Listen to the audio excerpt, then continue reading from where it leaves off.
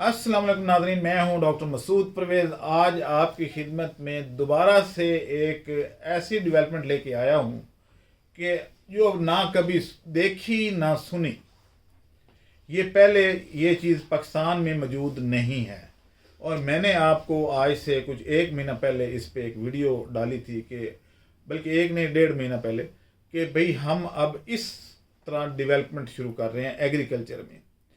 मसला ये है कि दुनिया में बहुत एडवांसमेंट आ गई है लेकिन पाकिस्तान अभी बहुत पीछे है। हुआ ये कि एक दिमाग में एक खलल चल रहा था कि यार हम खाद ज़ाया क्यों कर रहे हैं, हम पानी ज़ाया कर रहे हैं, हम बाकी जो चीज़ें हैं न्यूट्रिशन की वो सारी ज़ाया कर रहे हैं। किसान इसी वजह से इतने अखराजात करके तो उसको जब बचता कुछ नहीं है तो वो नंगे पांव फिर रहा है, वो कसमपुस्ती की हालत में है। क्या ऐसा है नहीं? आप मेरे गवाह नहीं है कि किसानों की हालत कैसी है। हर साल वो 1 आध एकड़ बेच के तो अपना गुजारा करता है। वो पैसे जब तक उसके पास रहते हैं वो जूते वूते खरीदता रहता है, अगले साल फिर नया एकड़ बेचना पड़ता है उसको, क्योंकि आमदन नहीं आ रही। अब ये आमदन क्यों नहीं आ रही, इसकी 2 वजूहत हैं। एक तो ये है कि फसल का रेट नहीं लग रहा, उस तरीके से अखराजात जो हैं वो ज़्यादा हैं और इनकम कम है। लेकिन असल मसला रेट लगने का नहीं है, असल मसला है अखराजात ज़्यादा होने का। अब यही रेट रहने दें, लेकिन जिस तरीके से मैं आज आपको मशवरा दे रहा हूँ आप इस तरीके से कर लें तो आपका यही खेत, यही फसल प्रॉफिटेबल हो जाएगी। इस तरह के काम हमारे एग्रीकल्चर साइंटिस्ट को करने चाहिए। आज मेरे साथ एक ऐसा शख्स मौजूद है जिसने मेरे कहने पे मेरा काम कर दिया। ये इनका नाम है नौबहार और ये आरिफ वाला से आए हैं। आरिफ वाला में इनकी खेती है। मैं इनसे चंद सवालात करूंगा और आपको दिखाऊंगा कि आज की डेवलपमेंट है क्या, और आप ये देख के हैरान हो जाएंगे कि हाँ ये भी तो एक चीज़ है। जब न्यूटन दरख्त के नीचे सोया हुआ था तो उसके सर पे एक सेब आके गिरा था। उस सेब ने उसको बताया कि भाई ग्रेविटेशनल फोर्स है जो ज़मीन हर चीज़ को अपनी तरफ खींचती है। लेकिन उससे पहले अरबों लोग इस दुनिया में आए और किसी ने ये नहीं सोचा, हालांकि सबके सर पे सेब लग रहा था, दरवाज़ा नॉक कर रहा था दिमाग का, इधर लगा, और हम क्या करते थे वो सेब उठा के खा जाते थे। लेकिन उसने ये किया। अब ये भी ऐसी ही डेवलपमेंट है जो आपके दाएं बाएं कॉमन सेंस की बात थी लेकिन आप नहीं कर रहे थे, और आज जब मैं आपको ये बताऊंगा तो आप कहेंगे कि हाँ वाकई ही ऐसे ही होना चाहिए। तो छोटी छोटी चीज़ें जो हैं ये आपको बहुत बड़ा बड़ा काम करवा देती हैं। तो आज का जो टॉपिक है वो ये है कि हमने इस पे कोटेड सीड की एक बात की थी। ये कोटेड सीड है, ये सारा ये आपको दिखाने के लिए हमने ये किया है। अब इस कोटेड सीड में है क्या?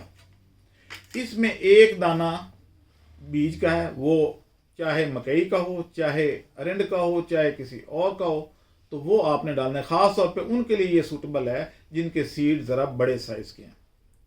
अब इसमें अगर आप बाजरा डाल देंगे तो ये इतना इफेक्टिव नहीं होगा, उसका फिर ये साइज़ छोटा करना पड़ेगा, इसकी कोटिंग का साइज़ भी छोटा करना पड़ेगा। अब इस कोटिंग में है क्या?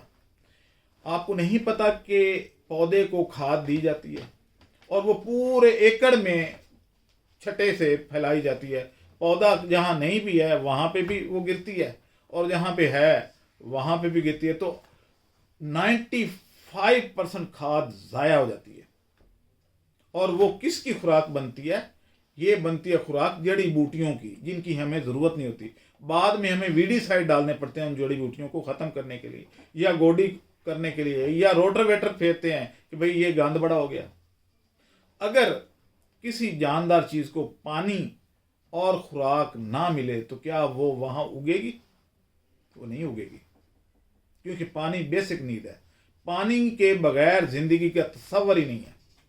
तो जब पानी भी आप महदूद कर देंगे और खाद भी महदूद उसी जगह, यानी बीज के इर्द गिर्द खाद है, बाकी किसी जगह पे नहीं है, तो क्या फ़ायदा होगा? अखराजात कम हो जाएंगे, ये जड़ी बूटियाँ कम हो जाएंगी, पौधा अच्छे तरीके से नशोनुमा करेगा और पूरे खेत को हैंडल करना आसान हो जाएगा। तो ये एक मैंने वीडियो डाली थी और उस पर इम्प्लीमेंट किया इन्होंने। अब इनसे पूछते हैं कि इन्होंने क्या क्या डाला। तो नौशेर खान साहब ये बताएं कि ये नौबहार अली, तो आप बताएं कि इसमें क्या क्या आपने डाला। ये सबसे पहले तो डॉक्टर साहब मैं आपका शुक्रिया अदा करूंगा कि आप ऐसा सोचते हैं, आप पाकिस्तान और पाकिस्तानियों के लिए जहाद कर रहे हैं। अल्लाह ताला आपको सेहत दे, इज़्ज़त दे।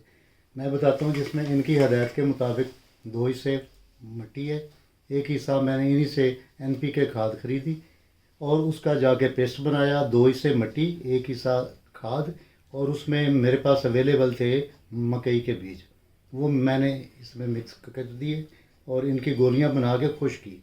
अब मेरे दिमाग में एक चीज़ है कि यार इसमें तो नमी है, मॉइस्चर है, ये जड़ अभी अगर निकल आई और हमने बीज लगाना है 4 महीने बाद, तो जो बीज उग जाएगा वो आगे तो जाके नहीं उगेगा। तो मैंने वेट किया, इसको पहले खुश किया, खुश करने के बाद लैब स्केल पे मैंने अपने घर की छत पे गमले में ये एक बीज लगाया, फिर उसका वेट करता रहा। जब वो वहाँ पे उग गया, मुझे श्योरिटी हुई, तो मैं आज हाज़िर हुआ था इनका शुक्रिया अदा करने।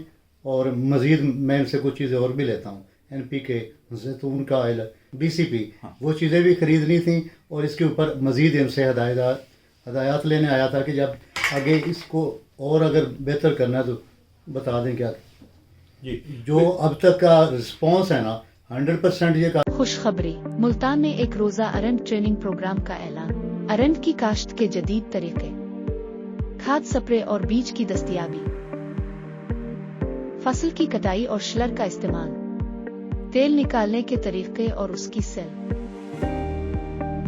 तारीख 21 जनवरी, वक्त सुबह 11 बजे। फीस 3,500 रुपए। बमकाम दफ्तर इनो वीटो, पाकिस्तान चौक, कम्हारा, मुल्तान।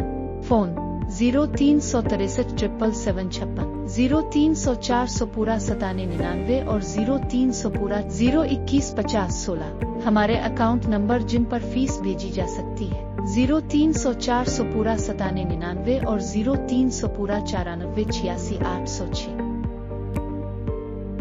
इंतबाह, माली लेन देन सिर्फ उन नंबरों पर करें जो बताए गए हैं। हमारे किसी मुलाजिम के अकाउंट में पैसे ना भेजें।